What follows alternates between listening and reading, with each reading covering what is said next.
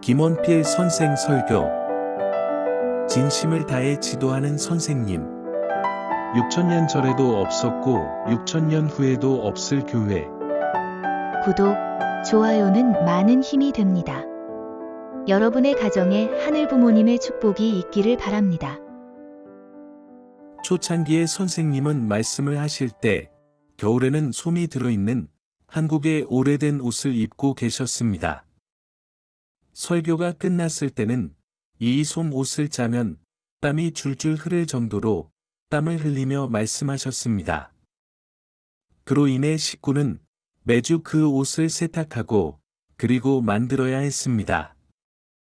또 한국 옷은 양복처럼 미싱으로 박은 것이 아니라 하나하나 손으로 바느질하여 만들었는데 그러기 위해서는 천은 천대로, 솜은 솜대로 처음부터 만들어야 했습니다.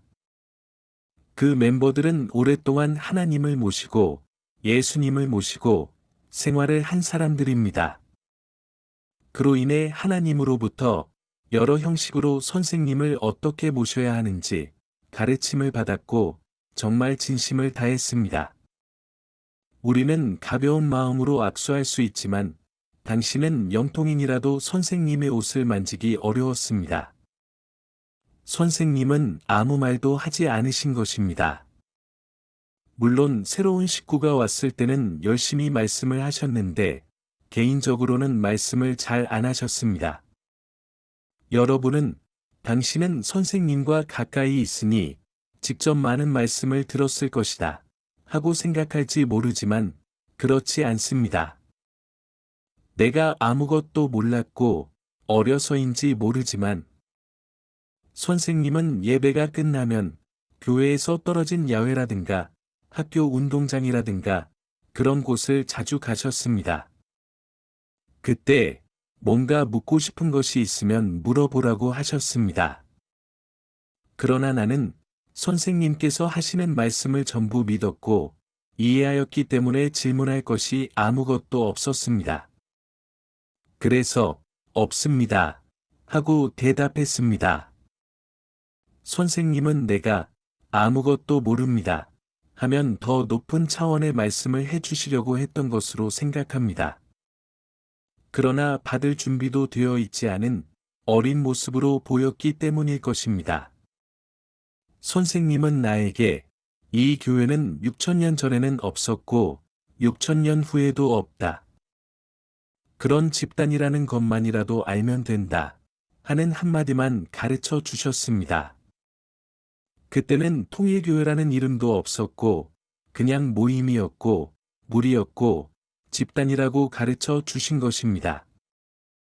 지금 생각해보면 무슨 말씀을 해도 나는 잘 몰랐기 때문에 그냥 결론만 가르쳐 주신 것입니다.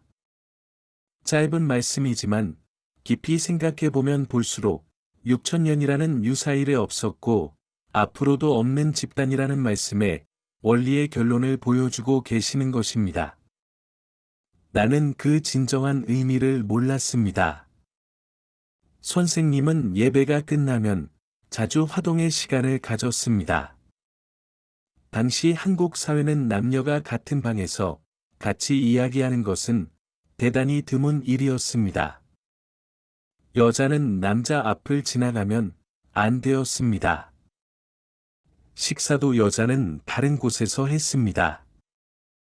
그랬는데 기독교가 들어와서 그런 것이 서서히 없어졌던 것입니다. 또 교회 건물 자체도 그렇게 되어 있었습니다. 지금은 남녀가 같이 방에 앉아 있었는데 한국 기독교회에서는 여성의 자리와 남성의 자리가 따로 되어 있었습니다. 그리고 남성 설교자는 양측 전부를 보게 되어 있었습니다. 그러나 여성들이 앉아 있는 곳에서는 남자들을 볼 수 없게 만들어져 있었습니다. 크리스천은 예배가 끝나면 대중가요는 잘 부르지 않습니다. 찬송가만 부릅니다. 그러나 선생님은 화동회 때 식구들 가운데 대중가요를 자주 부르게 하셨습니다. 지금부터 36년 전의 이야기입니다. 이건 일본에서의 35, 36년 전이 아니라 한국에서의 이야기입니다. 그러므로 한국 기독교에서는 이러한 대중가요를 부르면 죄 짓는 것이라고 생각했습니다. 혁명이라고 하면 이런 혁명이 없다고 생각합니다. 선생님의 마음은 가령 어떤 노래라고 해도 노래는 사랑하는 사랑의 대상이 하나님이며 메시아라면 어떤 노래라도 부를 수 있다고 생각하는 것입니다.